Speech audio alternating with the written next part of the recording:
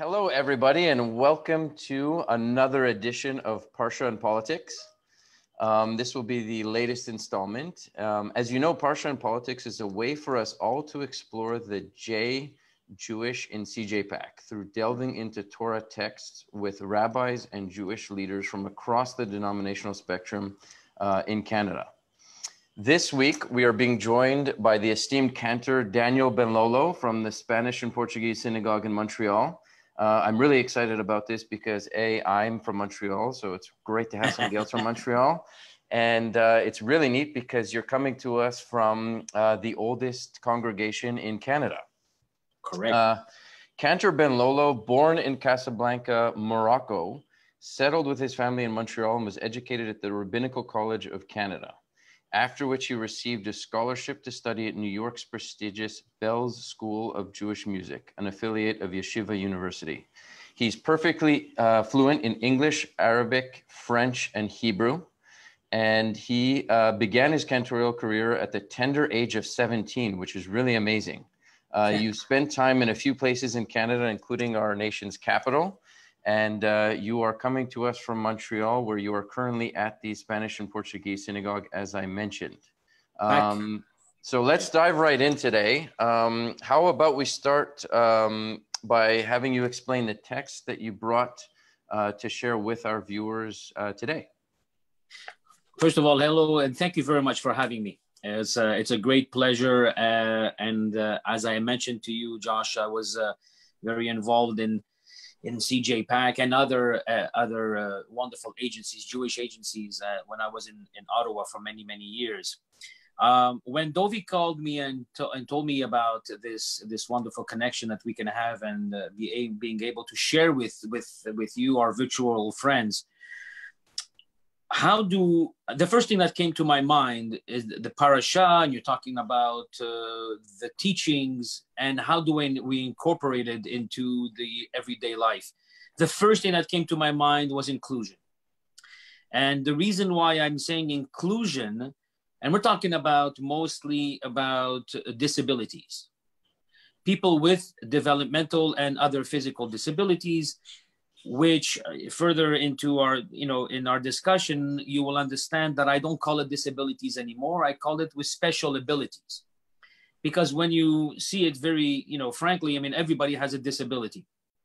So how does the Parasha, how does the Torah, how does God actually, in his greatest wisdom, dictate how are we supposed to be with people with disabilities, and how do we accept them?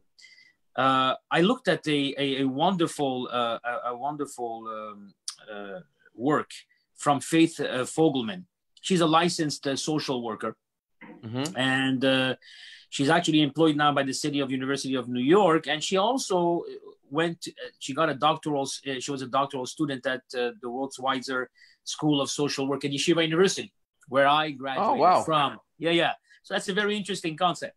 I was more in the musical thing, but interestingly enough, in my career, I became very, very involved with people with disabilities, in a sense that I was brought in as a Judaic advisor for a Tamir Foundation, which is an agency that serves people with disabilities, Jewish residents and non-Jewish.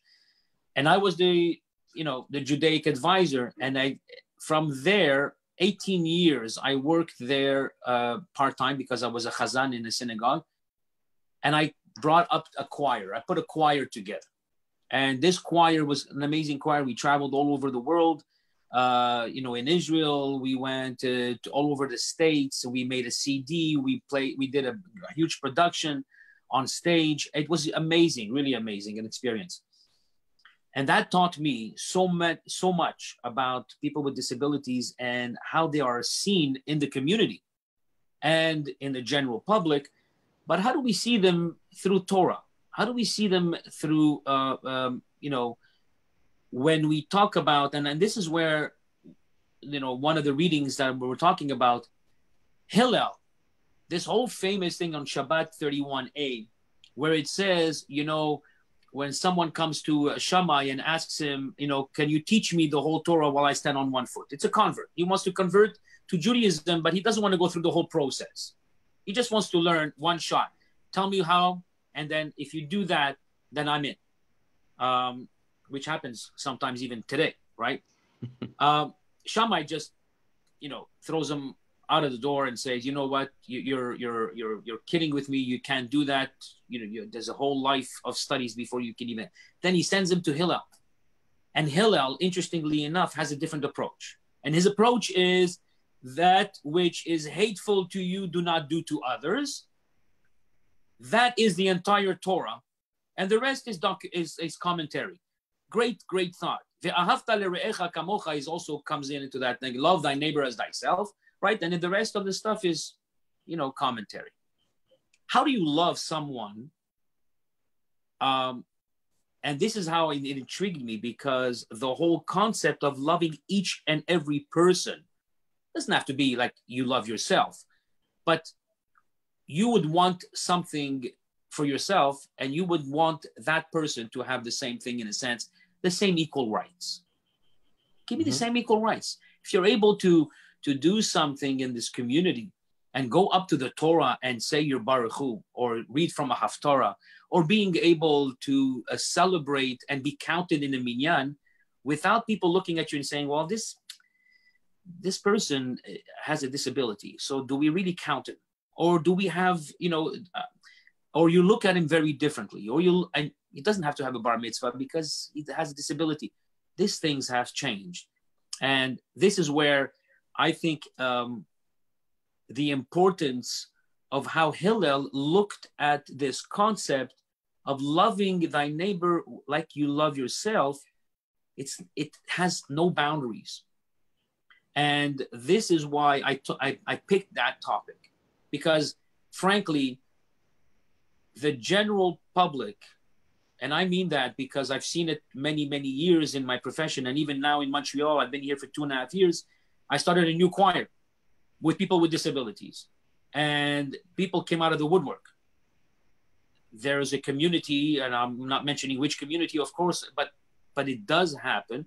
There's a community that, they hide the children that have disabilities because it might give a stigma to the family. Forget about the kid, but they're talking about the family. So this whole concept of patronizing people, I think this is the concept that Hillel gave us, which is way more broader than just, love you, be kind to others. Forget about being kind to others. When you're kind to someone, don't patronize someone. Don't tell that person, well, you know what, you have a disability, but you're a nice guy, or you're a nice person. Come on. When you put them on stage for them to sing, don't be happy with them singing like a kid song or like a kindergarten song. Be happy when you see them sing something that a diva would sing. Mm-hmm. And you know what? It happened. I've seen it. I've done it. And that is amazing. So this is where I wanted to abord the subject. You stop me anytime, my brother. Of course. No. I love the direction you're going in. So this is the derech I'm trying to find, and I'm very intrigued by this. And in Parasha Truma, and I believe it is in Parasha Truma, where Hashem says, "Ve'asuli mikdash ve'shachanti betocha." If you build me a building, just build me a sanctuary. And if you build me that sanctuary, I will live within you.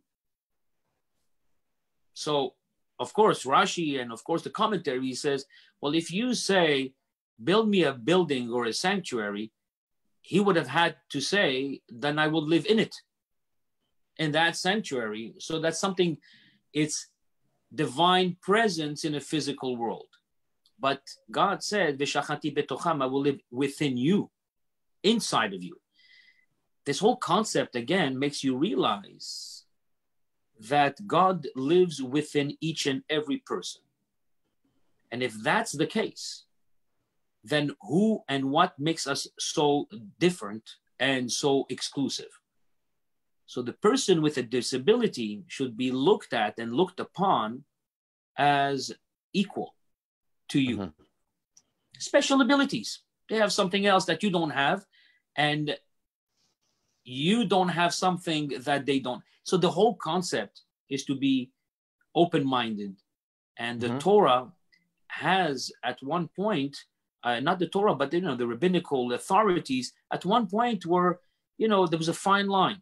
Do we accept someone who's deaf or is blind to come up to be accepted and to as a minyan, or because he's not fully there, they're not 100%. Then we look at Moses. You look at Moses, aral sefatayim, I'm speech impediment. He wasn't able to articulate. So what did he do? He brought his brother with him, and Aaron spoke for him. So the question is, to people with developmental disabilities or special abilities in this case, if they cannot speak for themselves, can someone speak for them? That leads me to a question that I have for you. Given the topic that we're discussing, being inclusivity and what's going on in the world today, how exactly do you see accessibility fitting in to that world, and how can we improve upon it? First of all, it's a very long road. It's a very long road. I'm telling you right now because I go into synagogues, agencies, restaurants, name it. And for the longest time, people have not even looked at accessibility as an issue. For them, it was, if you can't come in, you can't come in, right? Then it was brought forth that, you had to have some kind of accessibility because that's the right thing to do. And then people did and people didn't. Some people didn't even think about it. Then it became a law. Then it became a chok. This is a law, man. You got to do it. Yeah. And even that was problematic because today you can still see that people can get fined if they don't have accessibility for people with disabilities or wheelchairs or anything, and elevators. And there are still people out there that are behind in a sense that they haven't been steadfast in doing something about it. And that is very alarming. It's alarming because it's completely against the concept of what we just spoke about Hillel giving us the opportunity to say that you have to love the other person. And if you cannot, don't put a stumbling block, right? In the Bible also it says, in the Gemara also, don't put a stumbling block in front of the blind, right? Don't cause someone to hurt themselves because you haven't been. Now, you don't have to put the stumbling block, but there's even worse. There's the person who sees the stumbling block but doesn't take it away from them. Correct. Yeah, I was about to actually ask you that. Yeah. Yeah. So you have these two players, playing in this society. We live in a community that we need not only to take away or this whole stigma of putting a stumbling block in front of people, but now try to get people to take that stumbling block away. And we see that in our community here in Montreal. The inclusion, piece is a very big thing in Federation, and they are really, really putting a lot of emphasis into it. And I think it's a wonderful thing. And I've been working with them, with my choir, and they're very supportive. So it sounds to me like a big part of it is about raising awareness and sensitizing people to some of these issues. 100%, 110%. I spoke about patronizing, and the interesting thing is, it was probably 10 years. Yeah, 10 years from now, we did a play called Joseph and the Technicolor Dreamcoat, which is like a famous play, right? And because it was the 25th anniversary of this Tamir agency, and I said to them, let's make a play. And when you do this play, let's create this whole atmosphere of people with disabilities being able to be front and center. Let the spotlights shine right on that. We made it a bigger play than it was. It became like an 8-month project, $80,000, and you had to have production managers. We had to hire a director. We took care of the music. We took care of the rights. We took care of like the halls, the props, everything. I mean, I'm talking. We went all the way, but we missed one thing, and which we realized very close to the end of before the play was on, on stage, is that no matter how many times you want to do something and take care of people with disabilities, it always seems that they take back seat. You want to make it a little better. So what do you want to do? You want to get somebody who really knows how to sing very well, and then put them in the front and put the other ones in the background so that they're like props. We took this head on, and I would love to show the public and show you, Josh. I'm going to send it to you. You got to see this play, man. It's like really, we had 2 Josephs instead of one. One person from a community player and a person with disability. We had 2 pharaohs. I was one of them, and the other one was somebody in a wheelchair. It was amazing. It was such an amazing thing to do, and they took front stage. Mm-hmm. Wow. And this is what I think when I look at all the scriptures and I look at the Torah, I find it such an amazing thing that even before this whole disability kind of, the ADA and the people that are thinking like, what do we do for people with disabilities and how do we, and awareness. Torah gave us this whole concept way, way, way before. 2,000 years ago, 2,500 years ago, the Torah dictated, this is how you have to be good to the orphan. You got to be good to the widow. You got to be good to the stranger. All these encompass all kinds of different things. Not only people with with these characteristics, but you have people that have disabilities. They were counted in this kind of forum. And I believe very strongly that this is the only way that the Jewish community can very easily step forward and say, look, it's in our Bible. It's in our Torah. It's on our Gemara, in our teachings, it's Shulchan Aruch.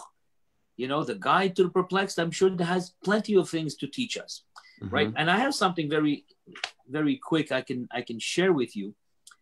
Karl Marx writes like this: why did God need to heal those with disabilities before he could offer them the Torah?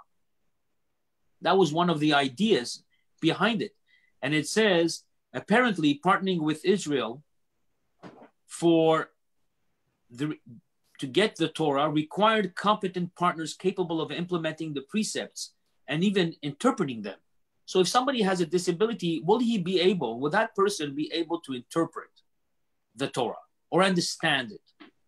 If somebody has a disability, will they understand when they go up to the Torah and do the blessings? Does that person understand what they're doing? Mm-hmm. So I looked at it and I said to myself, it's very interesting. After 25 some odd years that I'm in this kind of environment and helping people with disabilities, I said to myself, how many people do understand, even those who think that they're quote unquote normal?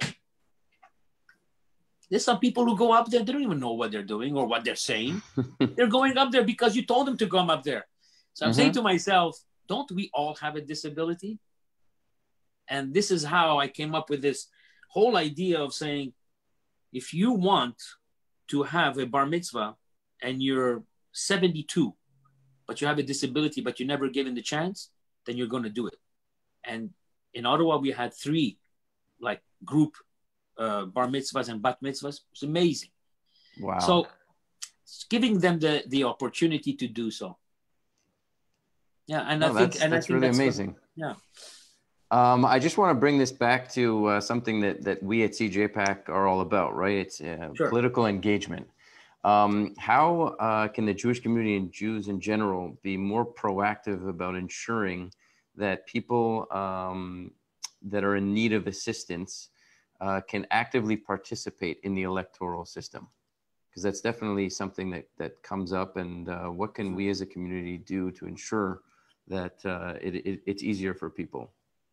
So when you mean the electoral system, you mean for others to elect officials? Yeah, we can talk about that 100%. I think. No, but yeah, I'm looking. You know what? This question is a great question, and first of all, it's a question that raises many other questions. The whole concept of people in general, especially in communities like ours, which is like a small community compared to the bigger image, where Baruch Hashem we're small, but we're very powerful in thought and in action. We help each other. We help others. You don't have to be Jewish, right? There was this whole thing about, I don't know if you remember, in Montreal, Cantor's Bakery, where you had an Eskimo in front with a bagel, and he said, you don't have to be Jewish to love bagels, right? So the whole concept of saying to you, you know what? You don't have to be Jewish to be helped by a Jewish community. So CJPAC and many other agencies like yours play a key role into getting and shaping the community and the younger generation. Why? Because they look up to agencies like yours. And if you guide them and you tell them, this is the way you get your right to speak, and this is the way you get, right now, this vehicle that you're using is a way of expressing inner thoughts that people don't want to share with others or didn't think they had the platform to use. But now you're giving it. And by giving it, you're already solving some of the issues. You're solving the issues by just giving them a platform. What can we do as an agency? What can you do as an agency, as a beacon for others in the community? It's just to bring up stuff that's been in the closet for so long. Issues that have been plaguing the community and other communities for so long. By saying it's okay, and I'm bringing back the inclusion part, because why does it take so long for inclusion to be part of, the important stuff? Why does it take so long? It should have been, if we studied and we did, because we had great chachamim, great thinkers, and even today we have great thinkers. We should say, wait a second, if the Torah did this, if some great thinkers spoke about it like this, maybe we should do the same. And I think we can learn from each other. And I think that your agency and others, how are they going to help? It's just to bring up these subjects, do what we do now, converse, let things out, and let's have questions. Let's pick questions from people. It's my hope that the conversation we're having between you and I, and those who are looking at it, are going to say to themselves, I have a question. I want to know why. Because if you don't do that, then you're closing the door, and it's just a conversation we're having, which is casual. I went to Camp B'nai B'rith, the one in Montreal. Yeah, of course. And I went also the one in Ottawa. And I brought my choir, the ones with disabilities or special abilities. We went there, we sang songs, and people were like rowdy, and they loved it and everything. Then I stopped and I said, now I just put everything into perspective. I said, how many of you here have spoken to someone who has a disability as if you were talking to another friend of yours that was sitting right beside you? Barely a hand. Then I said, how many of you have a family member that has a disability? One person put his hand up, and then after that, slowly, one after the other, every single hand, and there was like 250 kids there. Every single hand came up, because everybody has someone with a disability in their family. Not to include them in the electoral process, not to include them in the decision-making of great, great things that you want to do for the community, is a disservice to the community. Well, that is certainly a great way to end this conversation. Sorry about that. I talked too much. I'm sorry, man. That's really, it's such a powerful message. And I think I want to, first of all, thank you very much for your insightful words today, and for diving into the text in so much depth and helping us explore this value in Judaism and ultimately the J in CJPAC. I also just want to mention that Parasha and Politics is one of the programs that we at CJPAC are running virtually, and that people who are tuned in can check out a full schedule of the virtual events that we are doing on a link that's being posted in the chat to this conversation on Facebook. And I encourage everyone listening to click that link to see the other kinds of programming we're offering, and to stay tuned for the next session of Parasha and Politics. It was really a pleasure getting to talk to you today. And really, really powerful subject, especially in light of everything that's going on. So thank you again for joining us. And thank you so much to everyone that joined in. And we will see you next time. So thank you very much, and have a great rest of your day, of your Monday. Thank you so much. God bless. Thank you. Bye.